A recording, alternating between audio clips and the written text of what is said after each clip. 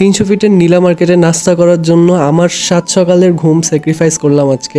Bike কেনার পর এই প্রথমবারের মতো আমি ভোরবেলায় বাইকটা নিয়ে বের হইলাম। বেসিক্যালি আমার ফ্রেন্ড ফারুক আজকে ব্রাউনবাড়িয়া যাবে ওর গ্রামে, অ্যান্ড ওর 300 ফিট দিয়ে যাওয়া হবে, তাই আমি বললাম একসাথে নাস্তা করে দুইজন দুই দিকে চলে যাব। এরপর দুই বন্ধু মিলে আস্তে ধীরে বাইক চালাইতে থাকলাম। সত্যি বলতে বাইক কেনার পর থেকে অলমোস্ট 7 মাস হয়ে গেছে আমার, কিন্তু আজ পর্যন্ত কখনো সকালবেলা বাইক নিয়ে বের হই নাই। সো কখনো ফাঁকা ঢাকার ফিলটাও পাই নাই। আর আজকে ফাঁকা ঢাকার ফিলটা নিতে নিতে দুজন মিলে চলে আসলাম নীলা মার্কেটে। বাট এসে দেখি অলমোস্ট সব দোকানই বন্ধ, তাই আমরা কিছুক্ষণ নদীর পাড়ে বসেছিলাম। যদিও আমি জানি না এই নদীটার নাম কি, কেউ জানলে অবশ্যই জানাবেন।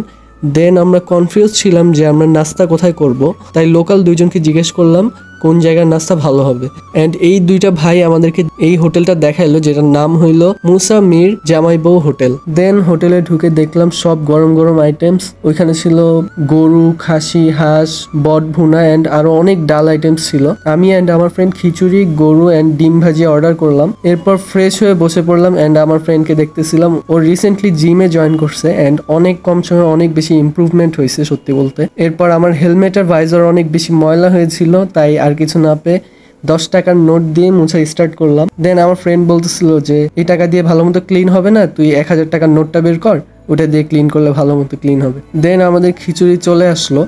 অনেক বেশি খিদা লাগছিল, তাই খিচুড়িটা খেয়ে একটু বেশি মজা লাগছে। আমি আসলে খুব বেশি হেভি মিল বাইরে খাইতে পারি না, বাট এই খিচুড়িটা ভালোই লাগছে আমার। অ্যান্ড দেন খিচুড়ি খাওয়ার শেষে একটা ড্রিঙ্কস নিয়ে নিলাম 100 টাকা দিয়ে। ফার্স্ট টাইম ট্রাই করে দেখলাম আমি অ্যান্ড আমার ফ্রেন্ড, বাট মনে হলো টাকাটাই লস গেল পুরা। এরপর যেই জিনিসটার জন্য নীলা মার্কেট সবচেয়ে বেশি ফেমাস, সেই জিনিসটা খাওয়ার জন্য আমরা চলে আসলাম। অনেক ধরনের মিষ্টি আছে, বাট পেটে লিমিটেড জায়গা ছিল একদম, তাই জাস্ট 2টা মিষ্টি খেয়েই আর খাইতে পারলাম না।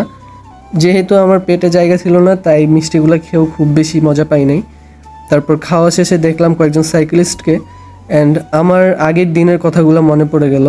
লাইফে ফার্স্ট টাইম আমি সাইকেল দিয়ে আসছিলাম এই নীলা মার্কেটে, অ্যান্ড ওই দিন আমি আমার একটা ফ্রেন্ডের সাথে আসছিলাম লাইফে ফার্স্ট টাইম, যার নাম হলো সিয়াম। বিডি সাইকেলিস্টের একটা রাইডে আসছিলাম আমি। দেন আমার ফ্রেন্ডকে আমি টাটা দিয়ে দিলাম, নট টাকা, অ্যান্ড দুইজন দুই দিকে চলে গেলাম।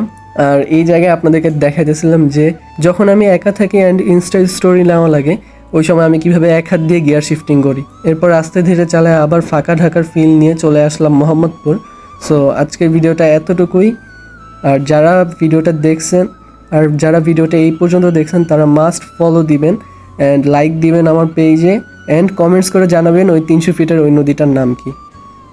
Thank you so much. আল্লাহ হাফিজ সবাইকে। আসসালামু আলাইকুম।